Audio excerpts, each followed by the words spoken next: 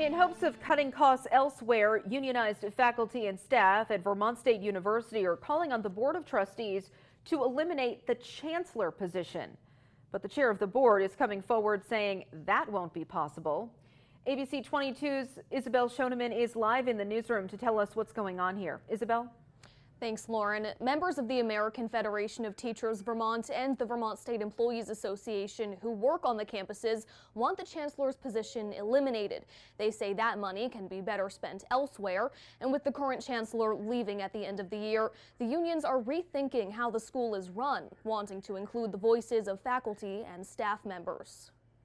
Vermont State University has seen a handful of budget cuts in different areas in the last few months. After the most recently proposed course and faculty cuts, the American Federation of Teachers Vermont and the Vermont State Employees Association now want the Board of Trustees to eliminate the chancellor's position. It says that would save around $300,000. VSEA wants that money invested back into faculty, staff, frontline workers, and students. We've seen a massive growth in the amount of money that is being spent on well-paid executive types in the chancellor's office, in the president's office.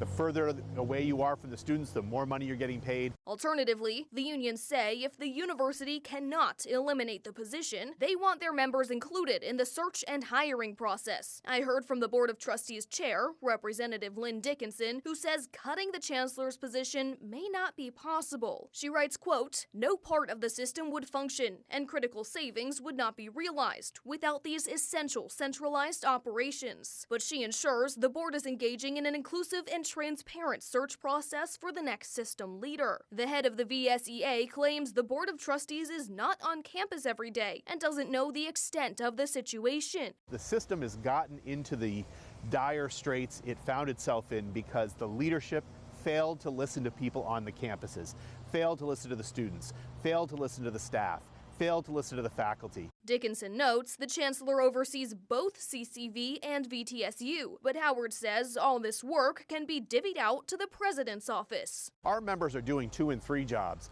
so we think it's only fair that the president learn what it's like to be an employee of the system and take on some more responsibilities. Howard hopes the Board of Trustees will look at these suggestions at its next meeting.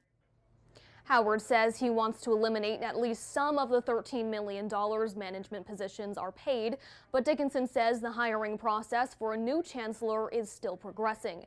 And she says in the coming weeks, VTSU will release plans to address its administrative costs. Live in the newsroom, Isabel Schoeneman, ABC 22 News.